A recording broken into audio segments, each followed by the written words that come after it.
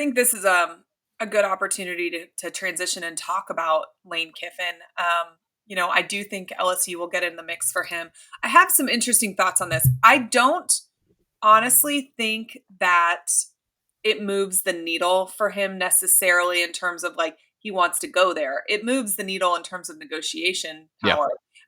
Absolutely. But ironically, even though I don't really think it moves the needle for him, I do think he'd be a culture fit there. He reminds me a lot of a Les Miles, a Nick Saban, not necessarily Coach O. He was a little bit wacky, but the sarcastic, hard-nosed competitor who embraces the craziness of the fan base. Ironically, everything that Florida is looking for a coach as well.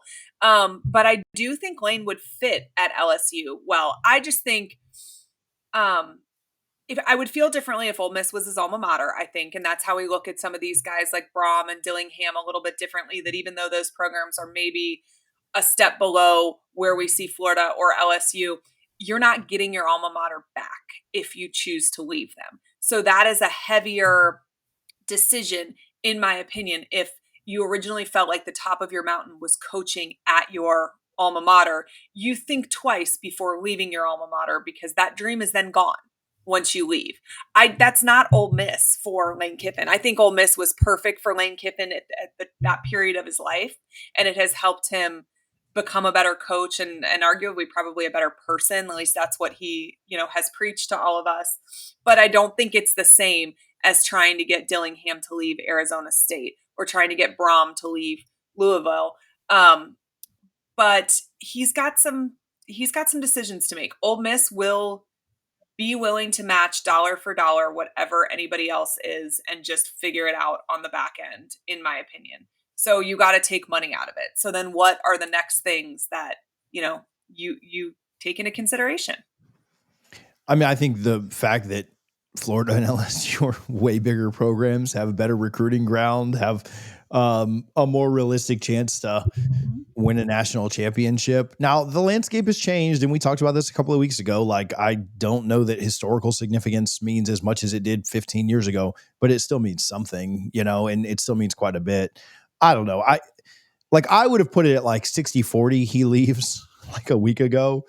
I'd put it at like, I don't know, 85-15, 90-10. Like I would, it wouldn't, like, crazier things have happened than him staying at Ole Miss. But like, I think Florida's and you guys might disagree with this. Again, we all kind of like have our biases and allegiances.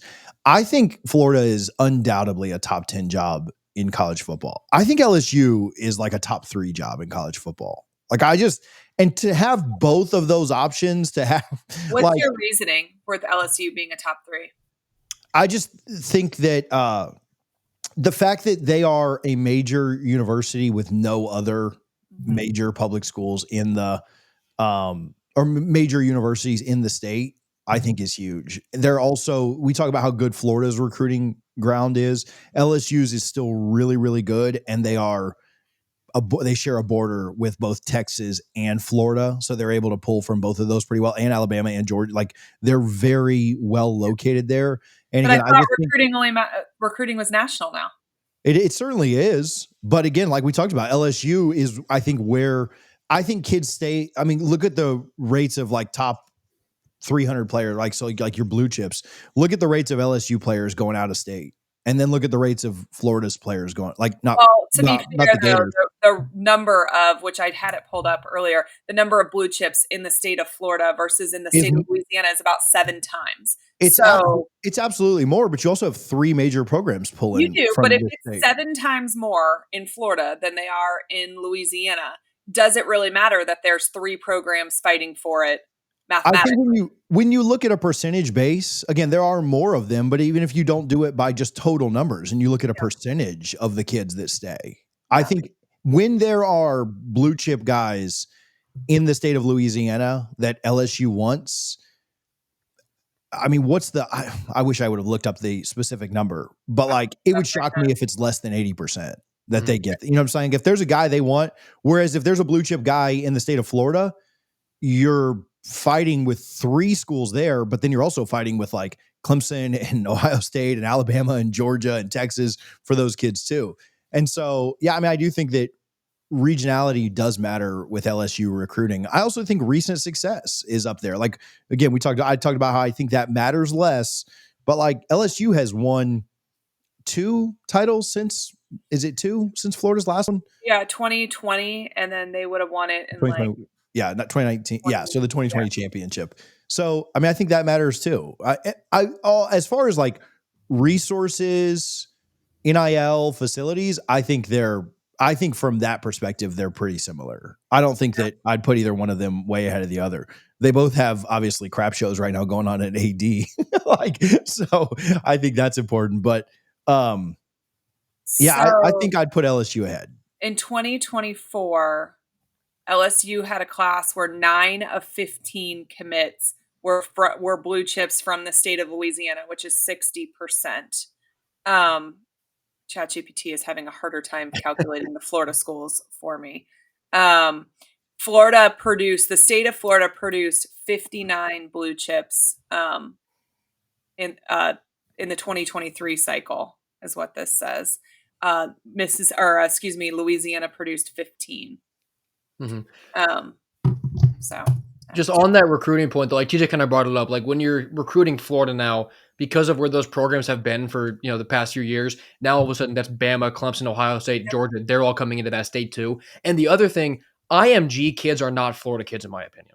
Yeah. So you get kids who are rated as Florida players just because they're at IMG. Some of them are from Florida, but a lot of those guys are coming from other places. So that number can also skew. And then you'll see, an IMG kid go up to USC, like, what the hell's going on? He's from California. So those numbers can be a little skewed also. From Pennsylvania. Yeah. And just like the competition in Florida, not just from those in-state schools, but from everywhere else, until those big three really all come back, that's going to keep happening. And like TJ, like Louisiana, like LSU has an absolute death grip on the best players in Louisiana, it seems.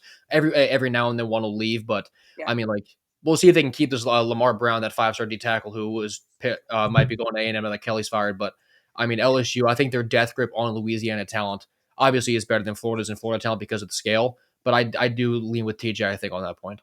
Do you think LSU will pay? Like, this is why I wonder, and this is completely hypothetical.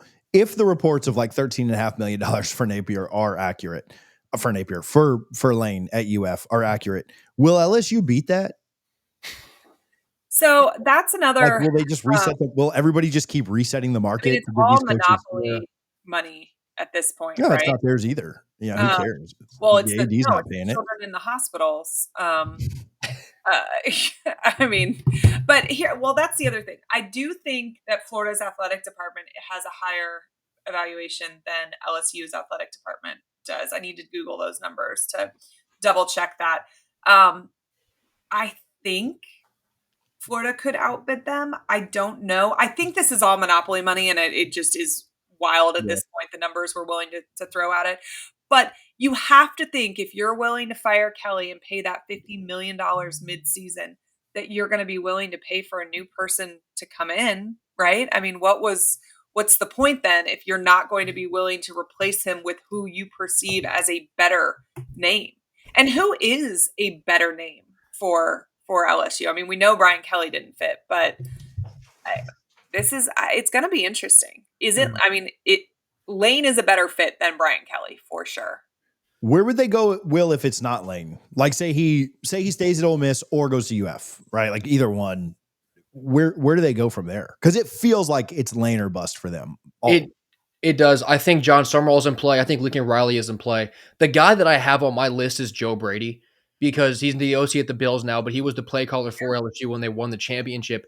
And he's probably a guy you're not going to have to pay $14 million a year for. Like, he's a big name. And I'm not breaking any ground by putting his name out there as a head coaching job, but I don't think that these other big jobs are going to be going after him, at least at first. So can you go back to your guy and say, like, this is what we can offer you? So I think Joe Brady would be an awesome hire for him. That is probably, I mean, he won't be the same bill as Kiffin. That's for sure. And I don't think he'll be the same bill as a guy like, like a Matt Rule if he's leaving, or a Marcus Freeman if he's leaving. I think Joe Brady's probably a big name to watch for LSU because you know that he understands the school. He understands the culture. He knows what wins there. He saw the greatest college football team, in my opinion, of all time win a championship there. Like, he knows. So I think Joe Brady's a big name to watch for LSU. I think the interesting thing about all of this too is the timing of when Lane Kiffin could potentially become This is a great point. available. Yeah. Yeah. Looked up when the playoff games take place last night, and the first round of the playoffs are December 19th and 20th. That is late to be making a hire. The transfer portal opens the beginning of January, whether or not you've made a hire. And if you're going to be waiting until that point, you have to be pretty confident that you're getting your guy, right? It's a gamble. And you look right now. So this is interesting too, because where Ole Miss, I know Allie, I know you've talked about this a lot. We've talked about this a little bit too, off air and on air. But right now, LSU is ranked 7th. The first college football playoff rankings come out in tomorrow night. Yeah, Tuesday Ole Miss night. is ranked 7th. Ole Miss, yeah, sorry. And Ole Miss's schedule to finish this thing out is, I don't want to say it's a cakewalk, but it's not very tough. Like, They They don't have leave the best the odds to make year. the playoffs right now, I'm pretty sure. yeah. And their odds to make the SEC championship are terrible. So they're probably not taking another loss, right? They play Florida. They do play Mississippi State on the road. Who's their one other? They've got a cupcake game. They got Carolina. They play Carolina at home too. They don't even have to go to Williams-Brice. Yeah. They're probably going to finish 11-1 and probably not make the SEC championship. And so if that happens, do they get a bye? And if they get a bye, does that almost eliminate them from? If they get a bye, they're playing December 30th or 31st, right? Right. Or the first and the first. And will somebody wait until? Because first of all, what if they win that game? What if they just win one game and then they're playing on January 10th ish, somewhere in there? It's usually like 10 days between each game. Like, will LSU or Florida wait for that? Now, I mean, obviously, if you're LSU or Florida, you want them to make it. I mean, you want them to lose like 2 more games, which Florida could have an impact on. But what if they get that bye, or if they don't get that bye and they play, Memphis in the first round? They get matched up with Memphis when the rankings come out on December 3rd or 4th or whatever day, and you kind of know like they're gonna win that first game, or they have an 80% chance to win that first game. Obviously, if they were to get matched up with a Miami or something like that, you say, well, they might lose that first game or whatever because it's a relatively good roster. But man, they get matched up. I mean, they're going to be a high seed. If they don't get the bye, I don't see them losing another game. They could get in even with losing another game, in my opinion. But if they don't lose a game, they're probably going to be a really high seed. Even if they make the SEC championship, I don't think they would be penalized for it. And so you start to look at where they're at. I feel like if you were LSU or Oklahoma, you really needed them to lose, or I'm sorry, LSU or Florida, you really needed them to lose that Oklahoma game, because football's weird, and they could absolutely lose to Mississippi State. They could absolutely lose to Florida, but let's be honest, like, neither one of us are picking them to lose either one of those games. At least today, right? Like, Florida wins a couple before then maybe we'll see. But I feel like that is the biggest reason that he might stay at Ole Miss, because he might be playing until 2026. So go ahead. Well, I was just thinking through the whole playoff thing. I'd be surprised if they do get a bye, because I don't see Ohio State and Indiana losing. So then they should be both top 4 seeds if one of them's only lost is the Big Ten championship. And then what you said about the SEC championship loser not being penalized, I think the top 4 seeds could just be the Big Ten and SEC conference champions, honestly. That's a great point. But then if that's the case, they probably get the 5 seed. Yeah. And so, and if they get 5, then they're playing Memphis. Then they're theoretically getting a free game anyway. So it's not a bye, but you're needing Memphis or USF or somebody to go into Oxford and upset them, and good luck. This is where I've been beating the drum that Florida needs to go ahead, or LSU, and hire a GM. If you could put somebody in place who can, because all you got to do is stop your roster bleeding. Like, I do think that for the most part, this recruiting class is probably decently shot. I bet Florida hangs on to Will Griffin. He's a Gator for life. He wanted to be in this class no matter what. So you keep your quarterback. There's probably a couple other guys, same thing, committed to the logo as opposed to committed to Coach Napier. And you can have a GM say, hey, be patient, be patient. But I would maybe look to go that route. But let's say you do go that route. Then it becomes the absolute worst kept secret in college football. If it's January 1 and Florida hasn't announced that they're hiring a head coach, or LSU hasn't announced that they're hiring a head coach, they have hired a GM. What does that do psychologically to Ole Miss? And is Lane willing to do that to his current team? Yeah. I mean, it's hard. I mean, there were some, I kind of texted my dad as a joke, but like there were some plays in the Oklahoma game where I was like, what the hell is Lane thinking? Like, is his mind somewhere else? Like, I made that joke. Ole Miss fans thought the same thing. Yeah, when he had Austin Simmons in the game, I was like, what are you doing, dude? So it was kind of a joke, but I mean, it's real, right? Like the distractions are real. Lane decided to talk to his team about it because he like acknowledged those distractions. So I think the team right now is fine. Just sign the damn extension. We made this that was big my deal point.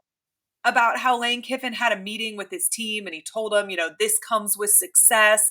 This is, you just block out the outside noise. You want to know how you block out the outside noise? Sign it. Sign the extension. This all goes away. There is no outside distractions, but he is not choosing to do that at the moment, which means he's absolutely at least entertaining this. Mm-hmm. We got a question, and this is more on the LSU side. Will, I want to get your thoughts. I don't love this, but this is a good question from Anthony. Thoughts on LSU hiring Shannon Dawson from Miami as their next coach, knows how to recruit the state of Louisiana from the area. I do think that culture fit would be a pretty good match. I also think that they would like him offensively, who he's done pretty good things back-to-back years with, Ward and Beck now. And their offense is pretty good, although it took a dump against Louisville. The only problem I would have is I feel like they're going to want to go bigger than that and not go the coordinator route. Not that the coordinator thing can't work. Kirby was a coordinator. Like, I get it. But that would be my only thought, that I think they want to go bigger splash than that. Yeah, you just said exactly what I was thinking when you asked the question. I think he's a good fit on paper. And I do think that if you hired him, it wouldn't be a nightmare, but the fans would treat it as a nightmare. They probably do want more of a splash, or, someone familiar like Brady, or like a Lincoln Riley, something like that. So I do think that, I think you know it, TJ. I think it's not a bad hire at all, but LSU will probably have the pressure and just the desire to go get, a 5-star name. Is that a name that they then save if they get told no a couple times, though? Maybe, Probably. If they miss, yeah, maybe. Would you rather go? Would you go him or Summerall?